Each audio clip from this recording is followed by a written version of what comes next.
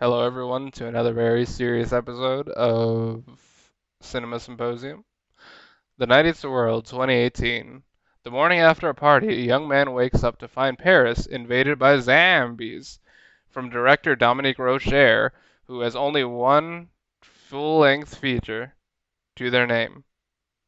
Directed this low-budget film with only about $3.5 million. How'd you feel about it, guys? I liked the zombies. Good. Nathaniel, how do you feel about it? I can't do this.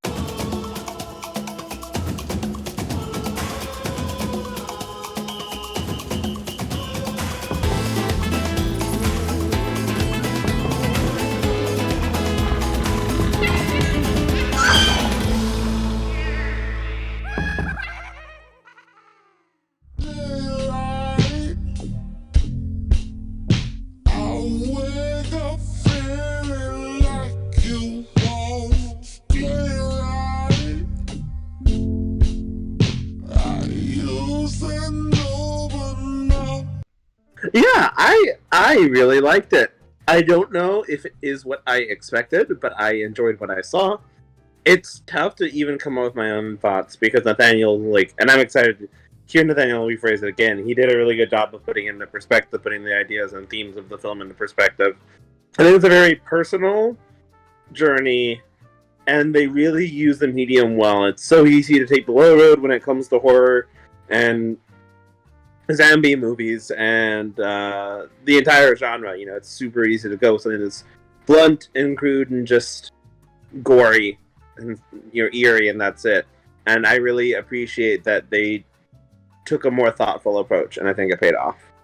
Yeah, I was blown away by this movie, honestly. I love this movie and really kind of want to watch it again sometime soon.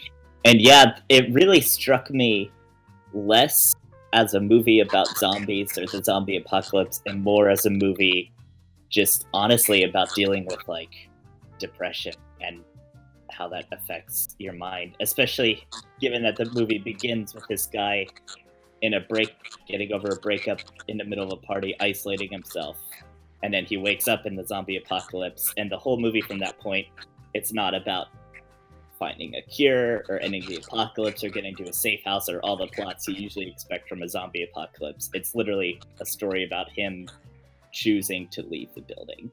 It's just him wallowing in this building, not having the energy to leave or get up or do anything. And the victorious moment is just when he finally gets to the next building. And I just thought that was such a beautiful, beautiful story. It's an effective slow burn, and it's very kind of somber, and at times I actually thought it was kind of funny. I think they did great with the effects and making, basically the one, two, or they had maybe 3 sets. Yeah, not a ton of sets. They did so much with it. It was kind of like taking a shot of the stars, and you realizing that there's so many more stars around it, but you're only seeing this little bit of it. They did an effective job of making the world feel a lot bigger than what we were seeing. Overall, I think it has the feelings of a stretched out short film, but it is very, like you said, a very personal story of just this one man's journey. Yeah, you definitely can't tell if it's a $3.5 million budget. And it's helped by being such a small story and it being in one set and hardly showing any zombies, but I mean, they make it look good. Like I said, sound design takes a huge brunt of what makes them feel alive, because you'll look at them and you'll just be hearing the gurgling or the just kind of them kind of struggling against just flesh against metal as they're trying to get through a door.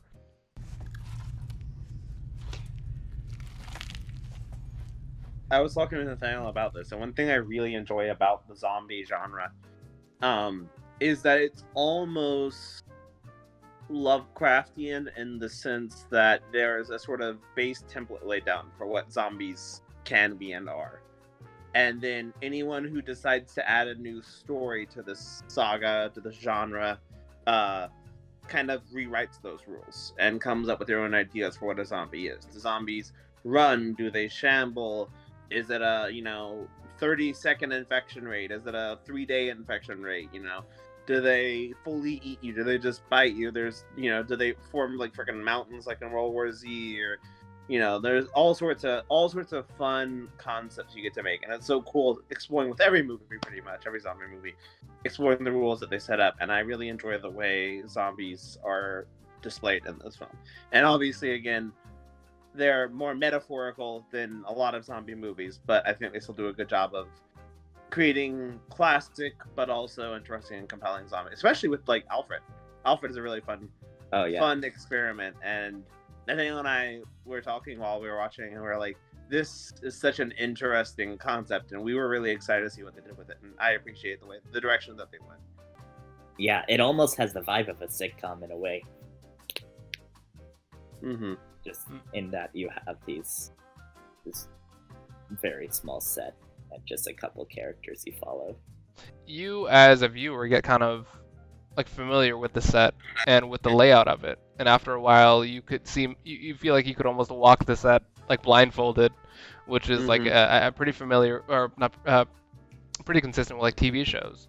Like Firefly, where after a few episodes you get familiar with the ship, and like with Night Eats the World now, you get familiar with his apartment complex, and like what he sees on the outside when he looks over the edge. When I watched this one, this was my favorite in the list that I had seen at that point. Big fan of it, would definitely recommend it. And honestly, I'd recommend this even if you're not a horror person or a zombie movie person. Like, I think this is just a really solid movie. I am a big zombie movie genre fan. I think it's actually, surprisingly, strangely, one of the most innovative film genres there is. I think between stuff like Warm Bodies and Zombieland and this and Night of the Living Dead, almost every zombie movie I have feels completely different and unique. And I think somehow this manages to even feel more so. I think it stands out on its own rights as a drama, and I think you can go in expecting it to be that, and you won't be disappointed at all. I definitely recommend people check it out. Yeah, I would definitely recommend this for people who are looking for something new and very concise. Like I said, like that's one thing that's really good about these horror films, is the majority of them usually come in at about an hour and a half. So it's like, why not try something new? Why not try like a new, interesting story that could really resonate with you? It has some effective scares and has a great use of budgeting. Like I said, like it makes it feel like it had a lot bigger budget than $3.5 million. I've seen people with a lot more do a lot less with money. Sometimes like that constraint helps them make a pretty big, make something pretty great.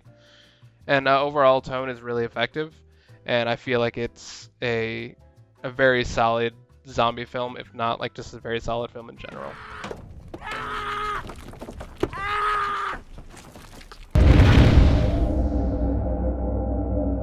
What's coming up next? We got Hell House LLC, which I am so like just jazzed to talk about. It's gonna be a fun one. It's gonna be a fun one to talk about. Yeah. I look forward to it. Anyway, that is like and subscribe, and we will see you